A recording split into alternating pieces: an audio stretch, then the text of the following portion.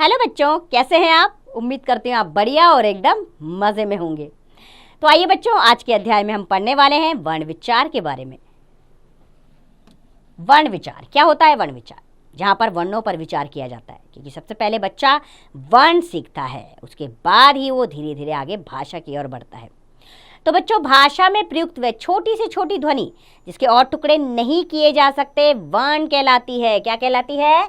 वर्ण कहलाती है। वर्ण के और टुकड़े नहीं हो सकते। जैसे हर्ष पढ़ता है, वाक्य बोलने और लिखने के लिए ध्वनियों यानी कि वर्णों का प्रयोग किया गया है। तो बच्चों, इस वाक्य में 3 शब्द प्रयुक्त हुए हैं। पहला है हर्ष, दूसरा शब्द है पढ़ता और तीसरा है। तो ये तीनों शब्द भी अनेक ध्वनियों से मिलकर बने हैं। जैसे हर्ष जो है वो 5 ध्वनियों से मिलकर बना है। ह जमा अ जमा र जमा श जमा अ, 5 ध्वनियाँ है इसके अंदर। पढ़ता शब्द, इसमें 6 ध्वनियाँ हैं। प जमा अ जमा ढ जमा अ जमा त जमा आ। और हैं, इसमें 2 ध्वनियाँ हैं, ह और ऐ। ये 2 ध्वनियों से मिलकर बना है। तो बच्चों, अब इन ध्वनियों के और टुकड़े नहीं किए जा सकते। अगर हम आ के और टुकड़े करना चाहें तो वो नहीं हो सकता। ह के और टुकड़े करना चाहें तो वो नहीं हो सकता। ये भाषा की सबसे छोटी ध्वनियाँ हैं, इन्हें वर्ण कहते हैं। तो चलिए वर्णमाला की ओर बढ़ें। क्या है वर्णमाला? तो बच्चों, भाषा के मूल ध्वनि चिन्हों के व्यवस्थित समूह को यानी कि क्रमबद्ध तरीके से वर्णों को रखा जाता है। किसमें? वर्णमाला में। तो वो व्यवस्थित समूह ही वर्णमाला कहलाते हैं। हिंदी वर्णमाला में 48 वर्ण हैं, जो इस प्रकार है। सबसे पहले आते हैं स्वर। ये स्वर है अ आ इ ई उ ऊ री ए ऐ ओ औ। ये हैं हमारे स्वर। अब आते हैं व्यंजन, जिसमें है क ख ग घ ञ। ये क वर्ग है। फिर आता है च वर्ग, च छ ज झ ञ। फिर आता है ट वर्ग, ट ठ ड ढ ण। इसके बाद आता है त वर्ग, त थ द ध न। फिर अगला प वर्ग, प फ ब भ म। इसके अलावा आते हैं अंतस्थ व्यंजन, जो 4 हैं, य र ल व। ऊष्म व्यंजन आते हैं उसके बाद, ये भी 4 हैं, श श स ह। उसके बाद कुछ अतिरिक्त वर्ण आते हैं जो ड ढ होते हैं, और 2 अयोग वह भी आते हैं, अंग और अह। इनसे मिलकर वर्णमाला का निर्माण होता है। तो बच्चों, अब हम वर्णों के वर्गीकरण पर बढ़ते हैं और जानेंगे क्या है वर्णों का वर्गीकरण। बच्चों, उच्चारण एवं प्रयोग के आधार पर वर्ण 2 प्रकार के होते हैं, स्वर और व्यंजन। तो अब हम विस्तार पूर्वक इन्हें जानेंगे। सबसे पहले जानेंगे स्वर क्या है। बच्चों, जिन वर्णों के उच्चारण में अन्य वर्णों का सहारा नहीं लेना पड़ता उन्हें स्वर कहते हैं। इन्हें बोलते समय वायु बिना किसी रुकावट के मुख से निकलती है। हिंदी वर्णमाला में 11 स्वर हैं। आइए स्वर के भेद जानें। स्वर के 3 भेद होते हैं, ह्रस्व स्वर, दीर्घ स्वर और प्लुत स्वर। सबसे पहले पढ़ेंगे हम ह्रस्व स्वर क्या है। जिन स्वरों का उच्चारण सबसे कम समय में किया जाता है उन्हें ह्रस्व स्वर या मूल स्वर कहते हैं। ये कुल 4 हैं। ये 4 है अ ई उ री। इन्हें बोलते समय बहुत कम समय लगता है, इसीलिए ये ह्रस्व स्वर कहलाते हैं। दूसरे होते हैं दीर्घ स्वर। जिन स्वरों का उच्चारण ह्रस्व स्वरों से लगभग दुगने समय में किया जाता है उन्हें दीर्घ स्वर कहते हैं। ये कुल 7 हैं।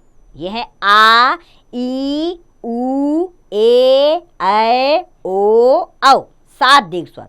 इनका उच्चारण करते समय ह्रस्व स्वर से दुगना समय लग रहा है, इसीलिए दीर्घ स्वर कहलाते हैं। तीसरा है प्लुत स्वर, अर्थात जिन स्वरों का उच्चारण दीर्घ स्वर से भी अधिक समय में किया जाता है उन्हें प्लुत स्वर कहते हैं। इनका प्रयोग किसी को पुकारते समय किया जाता है तथा लिखते समय स्वर के बाद एस का चिन्ह लगाया जाता है। ये वाला चिन्ह, एस का चिन्ह लगाया जाता है, जैसे ओम, राम, कितना खिंचाव हुआ है, तो ये प्लुत स्वर होते हैं। अब बढ़ते हैं बच्चों हम स्वरों की मात्रा चिन्ह पर। जानेंगे कि स्वर की कौन कौन सी मात्रा है। प्रत्येक स्वर के लिए एक मात्रा चिन्ह निश्चित होता है, जिसका प्रयोग व्यंजन के साथ किया जाता है। मात्राओं के बिना व्यंजनों का उच्चारण अधूरा लगता है। जैसे सबसे पहले स्वर है अ की कोई मात्रा नहीं होती, शब्द बना कर। आ की मात्रा एक डंडे के रूप में दर्शाई जाती है। शब्द है काम, इ की मात्रा व्यंजन के आगे से आती है, शब्द है किसान। ई की मात्रा व्यंजन के पीछे से आती है, शब्द है कीमत। और उ की मात्रा व्यंजन के नीचे से आती है, शब्द है कुम्हार। ऊ की मात्रा भी व्यंजन के नीचे से आती है, लेकिन खिंचाव के साथ आती है। जैसे शब्द है कूलर, री की मात्रा व्यंजन के नीचे से आती है, इसका उच्चारण री की तरह होता है। शब्द है कृपा, ए की मात्रा व्यंजन के ऊपर शिरोरेखा रेखा के ऊपर एक मात्रा के रूप में आती है। जैसे शब्द है केला, आय की मात्रा शिरोरेखा के ऊपर दो मात्रा के रूप में आती है। शब्द है कैसा, ओ की मात्रा एक डंडा और शिरोरेखा के ऊपर एक मात्रा के रूप में आती है। शब्द है कोमल, और औ की मात्रा एक डंडा और शिरोरेखा के ऊपर दो मात्रा के रूप में आती है। शब्द है कौवा। तो आइए बच्चों, इसमें विशेष बात है वो जान लेते हैं। विशेष बात यह है कि अ स्वर की कोई मात्रा नहीं होती, अ व्यंजन के साथ मिलकर उसका उच्चारण कराता है। जैसे क जमा अ क, त जमा अ त, प जमा अ प, लेकिन हर व्यंजन में अ छुपा होता है, यानी कि उसका उच्चारण करते में अ की ध्वनि आती ही आती है। तो बच्चों, अब हम बढ़ेंगे अयोग वाक्य की ओर। अर्थात हिंदी वर्णमाला में कुछ ऐसे वर्ण भी हैं जो ना तो स्वर हैं और ना ही व्यंजन, उन्हें अयोगवा कहते हैं। क्या कहते हैं? अयोगवा कहते हैं। ये इस प्रकार हैं। पहला है अनुस्वार। अनुस्वार, इसका चिन्ह ऊपर बिंदु के रूप में आता है, ये शिरोरेखा के ऊपर बिंदु के रूप में लगाया जाता है। इसका उच्चारण नाक से होता है, जैसे हंस, पंकज, चंचल आदि। दूसरा आता है बच्चों विसर्ग। दो बिंदुओं के रूप में इसका चिन्ह दर्शाया जाता है, इसे व्यंजन के बाद लगाया जाता है। इसका उच्चारण ह के समान होता है, जैसे प्रातः, फलतः, अतः आदि। क्या है ये? विसर्ग वाले शब्द हैं। आप बढ़ेंगे बच्चों अनुनासिक क्या है ये जानने के लिए। अनुनासिक यानी कि ऊपर चंद्र बिंदु, यानी शिरोरेखा के ऊपर चंद्र बिंदु, इसे चंद्र बिंदु भी कहते हैं। इसका उच्चारण नाक एवं मुंह दोनों से होता है। जैसे शब्द है आंख, दांत, चांद। उच्चारण करके देखिएगा, आपको भेद समझ में आ जाएगा। अब आता है हलंत, यानी कि एक तिरछी रेखा। इसे व्यंजन के नीचे से लगाया जाता है। यदि किसी व्यंजन में स्वर ना मिला हो तो वहां हलंत के चिन्ह का प्रयोग किया जाता है। अर्थात हलंत के चिन्ह से ये पता लग जाता है कि ये व्यंजन स्वर रहित है। जैसे अहम, जगत। म के नीचे हल चिन्ह, यानी कि म स्वर रहित है। त के नीचे हल चिन्ह है तो त स्वर रहित है। तो बच्चों, हमने स्वर जाने, अब हम बढ़ते हैं व्यंजन की ओर। व्यंजन क्या है? तो बच्चों, जिन वर्णों के उच्चारण में स्वरों की सहायता ली जाती है उन्हें व्यंजन कहते हैं। इन्हें बोलते समय वायु मुख में अलग अलग स्थानों पर रुककर बाहर निकलती है। हिंदी वर्णमाला में 33 व्यंजन हैं। आइए व्यंजन के भेद जाने, जो 3 हैं। पहला है स्पर्श व्यंजन, दूसरा आंतस्थ व्यंजन और तीसरा है ऊष्म व्यंजन। अब एक एक करके हम तीनों को विस्तार पूर्वक समझेंगे। सबसे पहले जानेंगे हम स्पर्श व्यंजन क्या है। तो बच्चों, जिन व्यंजनों के उच्चारण में वायुमुख के किसी न किसी भाग का स्पर्श करती हुई बाहर निकलती है उन्हें स्पर्श व्यंजन कहते हैं। ये कुल 25 हैं, जो 5 वर्गों में बटे हुए हैं, यानी कि हर वर्ग का प्रथम वर्ण से इसका नाम सुशोभित हो रहा है, इसका नाम उससे ही रखा गया है। तो पहला आता है क वर्ग। इसमें आने वाले व्यंजन हैं क, ख, ग, घ, ण। च वर्ग च, छ, ज, झ, ञ। ट वर्ग ट, ठ, ड, ढ, ण। त वर्ग त, थ, द, ध, न। प वर्ग प, फ, ब, भ, म। ये हो गए आपके स्पर्श व्यंजन, जो हैं 25। दूसरे आते हैं अंतस्थ व्यंजन। अर्थात जिन व्यंजनों का उच्चारण स्वरों एवं व्यंजनों के मध्य में होता है, यानी कि बीच में होता है, उन्हें अंतस्थ व्यंजन कहते हैं। ये कुल 4 हैं। ये 4 हैं य, र, ल, व, यानी कि बीच में इनका उच्चारण किया जाता है, इसीलिए अंतस्थ व्यंजन कहलाते हैं। और तीसरे हैं ऊष्म व्यंजन। जिन व्यंजनों का उच्चारण करते समय वायु मुख में टकराकर ऊष्मा अर्थात गर्मी उत्पन्न करती है उन्हें ऊष्म व्यंजन कहते हैं। ये भी कुल 4 हैं। यह है श, श, स, ह। ये क्या है? ऊष्मा पैदा करने वाले व्यंजन हैं, इसीलिए इन्हें ऊष्म व्यंजन कहते हैं। तो बच्चों, व्यंजनों के इन तीनों भेदों के अतिरिक्त 2 व्यंजन और भी माने गए हैं, जो इस प्रकार है। पहला है संयुक्त व्यंजन, दूसरा है द्वित्व व्यंजन। तो सबसे पहले पढ़ेंगे हम संयुक्त व्यंजन क्या है। जो व्यंजन 2 भिन्न भिन्न व्यंजनों के संयोग से बनते हैं, यानी कि 2 अलग अलग व्यंजनों के मिलने से बनते हैं, वो संयुक्त व्यंजन कहलाते हैं। ये कुल 4 है। जैसे क और श के मिल से श बना। शब्द है क्षमता, क्षमा। ज और इयों के मेल से ज्ञ बना, ज्ञान ज्ञाता शब्द। त और र के मेल से त्र बना, शब्द है त्रिशूल त्रिभुज। श और र के मेल से श्र बना और शब्द बना श्रम श्रवण। दूसरा आता है बच्चों द्वित्व व्यंजन,